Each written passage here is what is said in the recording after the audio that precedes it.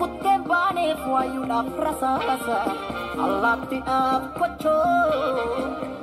Allatti af kocho Kocha daf dagacha Kenna mal tudida jirra hunda bacha Kenna mal tudida jirra hunda bacha Jirra jirra jirra jirra Jirra jirra jirra Jirra jirra Ashama harkafuun irra jirtu baga jiraattan ilmaan Oromoo marti keessanuu bakka jirtanitti nageenyi kiyya simbiraa haa ga'u sinin jedha sinin jaalladha sinin kabaja jaalatamtootaaf kabajamtoota warra YouTube kiyya jalatti argamtan jechuudha akkuma haaluma amma odeeffamaa jiru miidiyaa kanarratti namni hin beeknes hin jiru yaa beektanii nafseen namas akkuma nafseen kaanii baatu akkasuma nama gubdi maaliif gaafa Oromoonis hagasiin gubattan kana booyee maraatee isa ajjeefame illee gumaa hayyuu isaallee baafachuu dadhabee gubataa jira kanaafuu jechuudha waa'ee nama marroon nama ajjeese jettanii irratti marroon jechuudha marroon lafaa kaasee isiniin tuqne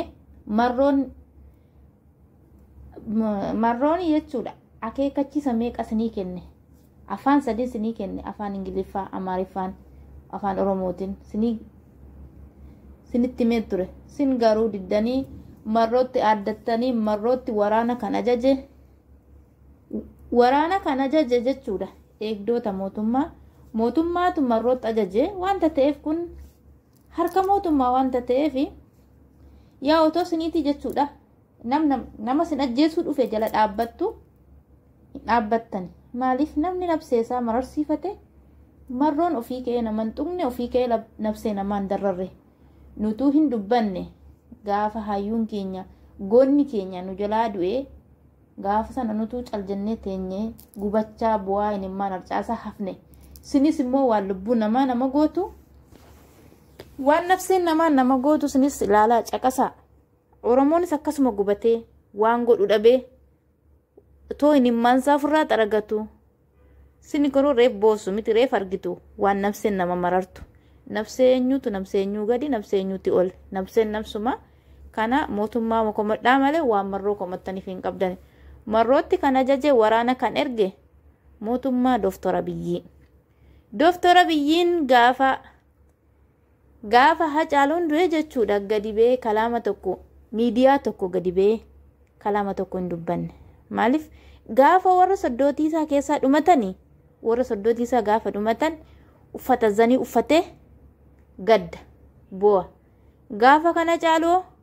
uffata wataaddaraa uffatee ufee Oromootti addata Hacaaluu ajjeesee kaa'ee Oromootti addata dhufee uffata wataaddaraatiin kanaafuu jechuudha goonni du'uu gootuma jira goonni du'uu gootatu dhalataa jedhe Oromoon maaliif kanaafuu marroon hirummaasaa agarsiise marroon ofii keessan hin tuqne marrootti kan waraana erge mootummaa Dooftor Abiyyi meewa nam tokkoon kee jechuudha akkuma sin boosanii maraattan kana Oromoonis akkasuma boo'e lubbuu meeqaa dhabe Oromoon lubbuu kumaatama dhabe Oromoon boo'e maraate mootummaa dhabe mootummaatti matee gumaasaa baasifatu dhabe akkasiin boosanii maraattan kana akkasuma boo'e maraate mootummaa inni har'a mootummaadhas laa mootummaan Dooftor Abiyyi kun jechuudha mootummaa loogii hojjetu mootummaa sabaaf saba walitti naqu mootummaa ummata wal ficcisiisu mootummaa ummata lafarraa xaragu jechuudha gaafa goota Oromoo keessaa ajjeese jechuudha gaafa goota Oromoo sana keessaa ajjeese gaafa sana gadi bee kalaama tokko hin dubbanne gaafa soddootiisaa keessaa du'anoo gadi bee gaddaan boo'ichaatiin biyya fixaa jira har'a Tigraayin irratti dhaabbattee miti kummaan hojii isaatti barre hojii isaatu kanfalamaaf jira kanaaf warri marroo jettan marroorraa bu'aa marroo maal sin godhe marroo lafaa kee sin hin tuqne marroon ofii sin hin tuqne marrootti kan waraan ajaje mootummaa Abiyyi Ahmad kanaafu marroon osoo lafaa kee sin tuqe dhugaadha namni tokko immoo jechuudha nafseesaarra nafseensaa boowayyaa nafseesaa ooshate kaamaarre mootummaan kan erge guyyaa sana jechuudha